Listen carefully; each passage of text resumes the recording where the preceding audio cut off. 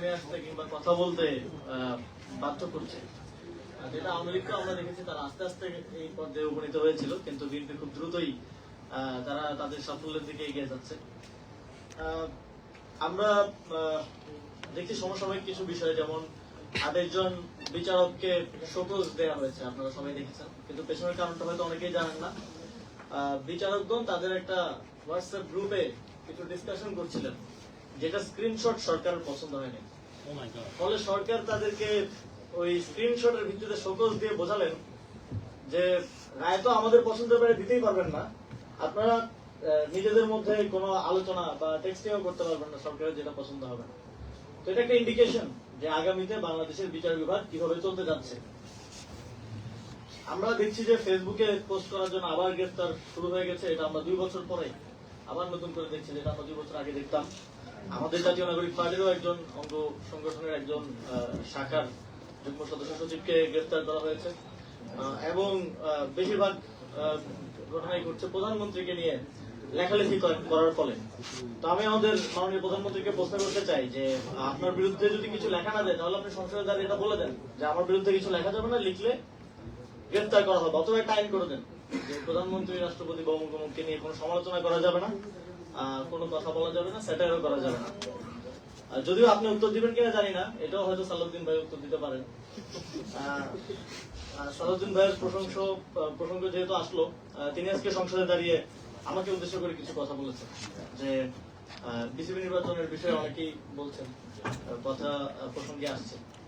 তিনি বলেছেন যে আগের নির্বাচনের সময় কাউন্সিলর আনার ক্ষেত্রে প্রভাব বিস্তার করা হয়েছে। তো সেখানে সালাউদ্দিন ভাইয়ের কোনো সংবিধানের প্রয়োজন নেই, কারণ বিসিবির একটা কনস্টিটিউশন আছে, আপনারা হয়তো অনেকেই জানেন, 13 পৃষ্ঠার একটা ছোট কনস্টিটিউশন। সালাউদ্দিন ভাই যদি বাংলাদেশের সংবিধানের পাশাপাশি সেটাও একটু পড়তেন, তাহলে বুঝতে পারতেন যে আমরা কাউন্সিলর গুলো তখন আনা হয়েছিল সংবিধান অনুযায়ী, যেই ক্রিয়া সংস্থার কমিটি হয় সেখান থেকে। কিন্তু তারা চেয়েছিল তাদের যে ছেলেরা এখন বিসিবিতে বসেছেন তাদের নামগুলো পাঠানো হোক, যাদের স্পোর্টস এর সাথে কোনো সম্পর্ক নেই, সংবিধান অনুযায়ী তাদের সেখানে আসার কোনো এখতিয়ার বা তাদেরকে নাম পাঠানোর কোনো এখতিয়ার আসলে ডিসিদের ছিল না। তো ওনাদের সংবিধানের বিষয়গুলো আসলে খুবই সিলেক্টিভ। আমাদের একজন সমালোচক মাত্রই বলে গেলেন যে বাংলাদেশের সংবিধানের বিষয়ে ওনারা খুব সিলেক্টিভ ভাবেই মানছেন। আমরা দেখেছি যে সংবিধান অনুযায়ী শেখ মুজিবুর রহমানকে স্বাধীনতার ঘোষক বলায় একজনকে স্ট্যান্ড রিলিজ করা হয়েছে, একদিনের মধ্যে বদলি করে দেওয়া হয়েছে। আর আমরা এখানে আমাদের সমালোচকগণ অনেকগুলো অধ্যাদেশ যেগুলো বাতিল করা হচ্ছে সেগুলো নিয়ে কথা বলেছেন, আর সেটা নিয়ে স্পেসিফিক আর কথা বাড়াবো না।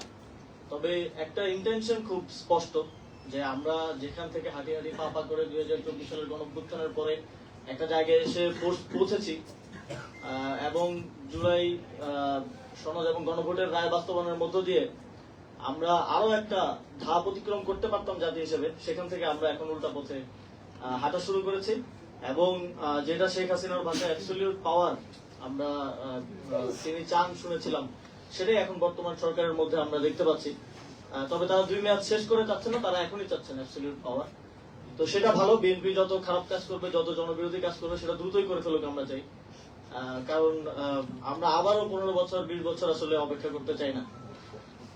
আর আমাদের জুলাই গণঅভ্যুত্থানের পরে জনগণের যে আকাঙ্ক্ষা ছিল, রাষ্ট্রের কাঠামোগত যে সংস্কারের স্বপ্ন জনগণ দেখেছিল, আমরা বিভিন্ন রাজনৈতিক বাস্তবতা কিংবা বিভিন্ন ধরনের বাধা বিপত্তির কারণে সেটা একটা রিডিউসড এবং কম্প্রোমাইজড ভার্সন আমি মনে করি যে জুলাই সনদের জায়গায় এসেছে। আমরা সংবিধান পুনর্লিখনের কথা বলেছিলাম, এবং এখানে আরেকজন ছিলেন বদিউল আলম মজুমদার স্যার, আলী রিয়াজ স্যার, তিনি ছিলেন ঐকমত্য কমিশনের দায়িত্বে।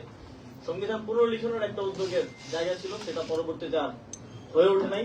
কিন্তু এখন আমরা এমন একটা পর্যায়ে উপনীত হয়েছি যে আমাদের ওই রিডিউসড কিংবা কম্প্রোমাইজড ভার্সনটাও বাস্তবায়ন করতে গিয়ে আমরা সেটা করতে পারছি না, এবং বিএনপি সরকার সেটাকে পুরোপুরি তাদের যেই নির্বাচনের পূর্বেকার সময়ের পজিশন সেখান থেকে পাল্টে নিয়ে এখন পুরোপুরি সেটা বাতিল করে দেয়া। ইভেন যেই অধ্যাদেশগুলো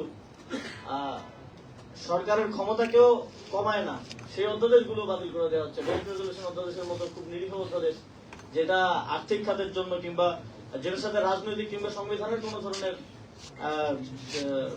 সম্পর্ক নাই, সেগুলোকেও তারা বাতিল করে দিচ্ছে। তো আমরা আসলে যা দেখছি, যা হচ্ছে, এবং আমাদের এই সংসদের প্রতি জনগণের খুব আগ্রহ ছিল। 17 বছর ধরে জনগণ, 17 বছর না প্রায় 20 বছর ধরে জনগণ সংসদে প্রাণবন্ত আলাপ আলোচনা শোনে নাই, এবং সেই কারণে মানুষের একটা আগ্রহ তৈরি হয়েছিল এবং মানুষ সংসদকে ফলো করছে, সংসদ অধিবেশন শুনছে, আলাপ আলোচনা হচ্ছে। কিন্তু কার্যত 2/3 পাওয়ার ফলে এই সংসদ একটা অকার্যকর সংসদ হয়ে গেছে। তো সংসদে আমাদের প্রতিনিধিরা নিরীহ সংসদ সদস্যের মতো কথাই বলতে পারছেন, কিন্তু সেটার কোনো রিফ্লেকশন কিংবা সেটার কোনো বাস্তবায়ন আসলে এই সংসদের মধ্য থেকে জনগণের পক্ষে কোনো রায় আসা আদতে সম্ভব না। ফলে আপনারা দেখবেন যে বিরোধী দল হিসেবে, বিরোধী জোট হিসেবে আমাদেরকেও রাজপথে কর্মসূচি দিতে হচ্ছে। আগামী 4 দিন আমাদের, আগামীকাল থেকে 4 দিনের কর্মসূচি আছে। আমি বাংলাদেশের জনগণকে আহ্বান জানাবো যে আপনারা আমাদের কর্মসূচির সাথে যুক্ত হন, এবং এই যে আজকের যে আলোচনা, এরকম আরো আলোচনা চলছে, বিভিন্ন ফোরামে আলোচনা হচ্ছে, এবং আমাদের যে সিভিল সোসাইটির প্রতিনিধিরা আছেন তারা খুব সরব আছেন। এবং জুলাই গণঅভ্যুত্থানের পরে বিএনপি যদি ভাবে যে তারা এই যা ইচ্ছা তাই করে পার পেয়ে যাবেন, সেটা সম্ভবত হবে না। কারণ আমি দেখছি যে যেভাবে খুব দ্রুত অধ্যাদেশগুলো বাতিলের ঘটনায় বাংলাদেশের সর্বস্তরের মানুষ, সিভিল সোসাইটির প্রতিনিধিরা সবাই কথা বলছেন এবং আওয়াজ তুলছেন, এটা বাংলাদেশের জন্য একটা ইতিবাচক পরিবর্তন বলে আমি মনে করি। এবং বারবার বলা হয় যে গণঅভ্যুত্থান তো আর প্রতিদিন হয় না, কিন্তু জনগণের পিপলস উইল যদি ডিউ থেকে যায় তাহলে সেটা প্রতিষ্ঠিত হয়। সেটা সময়, সেটা হয়তো আজ হবে না, কাল হবে না, পরশু হবে, কিন্তু সেটা প্রতিষ্ঠিত হবেই। আমরা 69-এর গণঅভ্যুত্থান